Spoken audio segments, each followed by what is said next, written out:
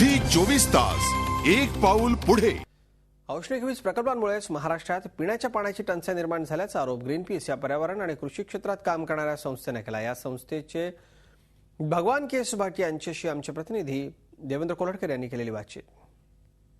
महाराष्ट्रातील अनेक जिल्ह्यांमध्ये सध्या भीषण दुष्काळ पाहायला मिळतोय। एकीकडे ही परिस्थिती असताना दुसरीकडे औष्णिक वीज केंद्रांसाठी शेतकऱ्यांचं आणि पिण्याचं पाणी वापरलं जात आहे असा एक अहवाल जो आहे ग्रीनपीस या संस्थेने प्रकाशित केलेला आहे।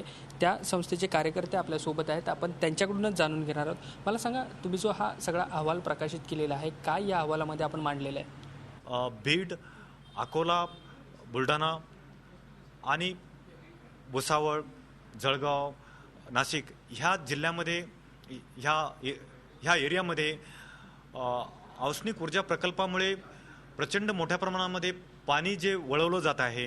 21 जानेवारीचा जो काही GR काढला दुष्काळासंदर्भामध्ये, त्यामध्ये प्रामुख्यानं महाराष्ट्र सरकारनं सांगितलं की ह्या भागामधील सर्व लघु, मध्यम आणि मोठे प्रकल्प हे फक्त पिण्याच्या आणि सिंचनाच्यासाठी अग्रहक्काने वापरले जावेत।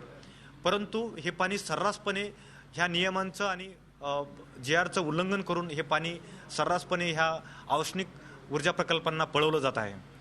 म्हणजे यामध्ये कोण मुख्यत्वे जबाबदार आहे? म्हणजे नियोजन नाही आहे का काय नेमकं घडतंय?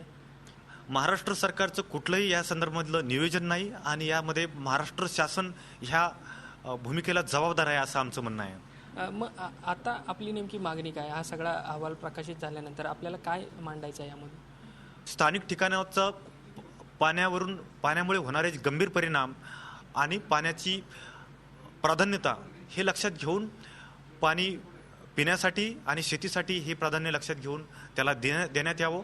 धन्यवाद आमच्याशी ही सगळी बातचीत केल्याबद्दल। व्हिडिओ जर्नलिस्ट मोहन आंग्रेसह देवेंद्र कोल्हटकर, झी मीडिया, मुंबई। झी 24 तास एक पाऊल पुढे।